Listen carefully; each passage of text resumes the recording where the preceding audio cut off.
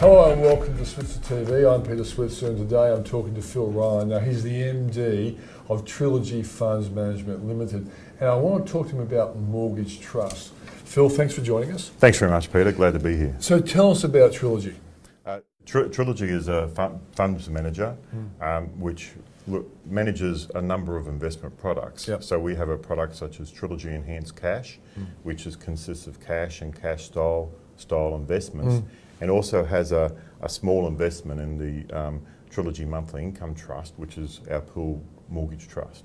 Other products we have is the Trilogy Monthly Income Trust, which is a pool mortgage trust. And on top of that, we also have some property trusts and syndicates as well, which we've been operating since 1998. Now, one thing I love to do is when I hear something I suspect other people don't understand is to get people like you who do understand it to explain it. When you use the words pooled mortgage trust, people don't understand that. No. So explain what a pooled mortgage trust is. Yes. In concept, it's relatively simple, and what it is it's a situation where a number of investors will pool their money into a trust, a unit trust, which then on-lends that money to borrowers. And these borrowers will consist of property developers, builders, also could be completed stock. But it's not to mums and dads buying their home. No, and it's interesting because you're talking about, for example, developers, and they're the ones who often have to battle with banks to get money, so you become an alternative source to banks if developers want to build a project for residential, even for commercial. That's right, yeah. yes, absolutely.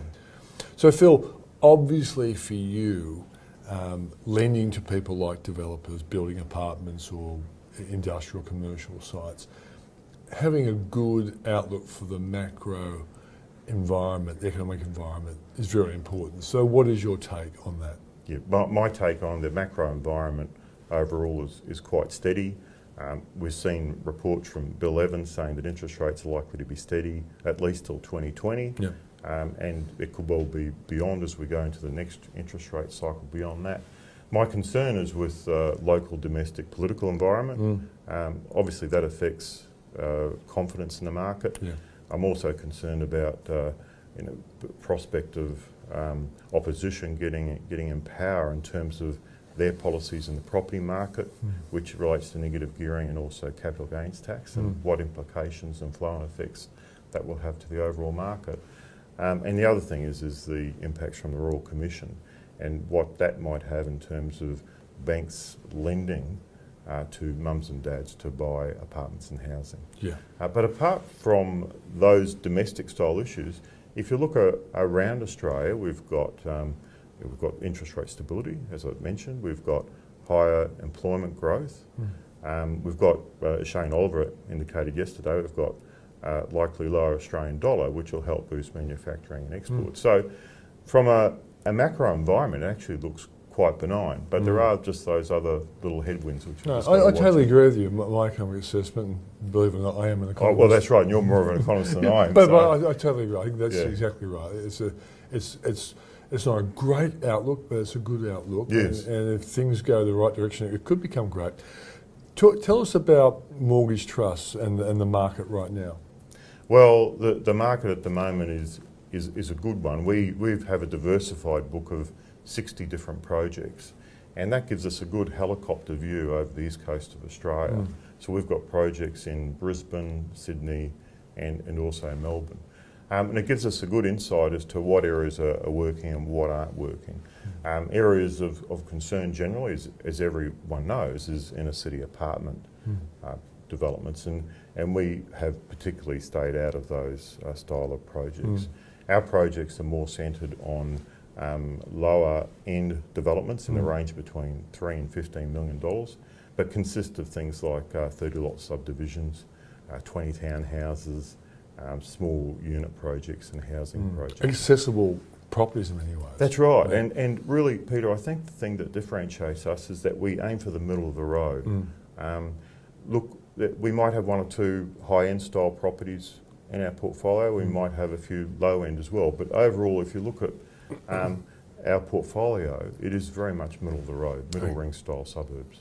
Okay, so we are starting to see rising interest rates in the US. Yes.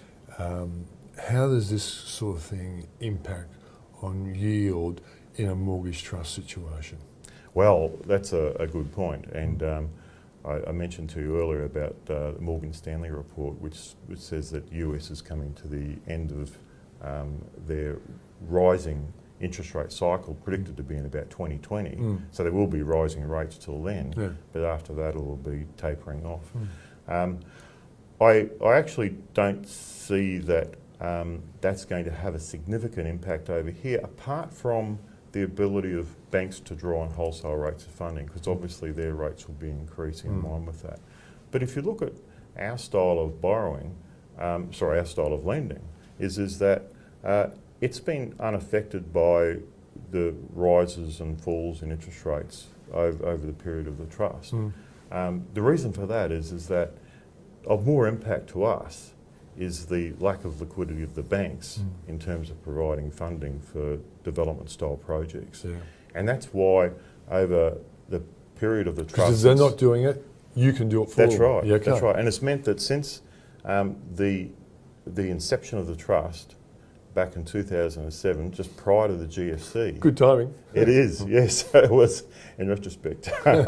But it's been consistent, and it's been at a rate of, since inception, about 7.84% per annum. So the people who put money into you, which you pool into the trust, have been getting on average around 7.8%. That's right, and that's been paid, that's per annum, and that's been paid monthly into their account. And so then you go and charge developers a higher rate, because developers pay higher rates to banks. Yes. So that gives, it's in a sense, the fact that the banks have been more cautious, or made to be cautious by APRA, it's helped you fill the hole. Absolutely, absolutely. If the banks had been providing funds to developers at a lower rate, then our investors wouldn't have enjoyed that overall higher rate of return during that period of time. Okay.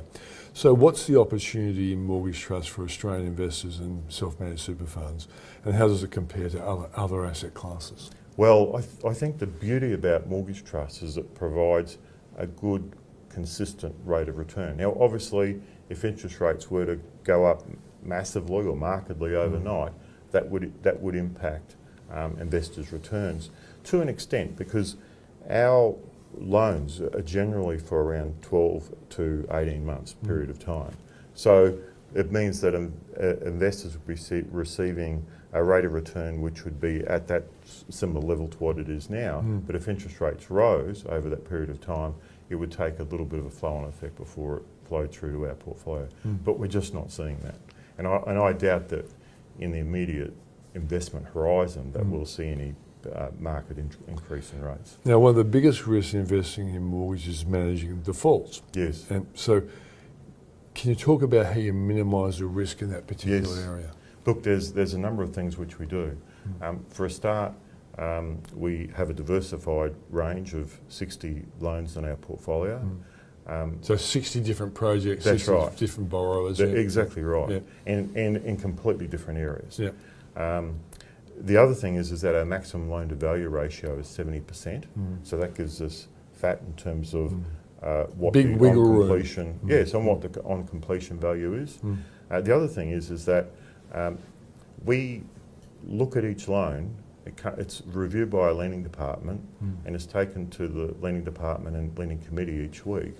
And our lending department and committee consists of ex-bankers, accountants, lawyers. We've got an in-house quantity surveyor as well. And we have an oversight as to what's going on within the portfolio every week.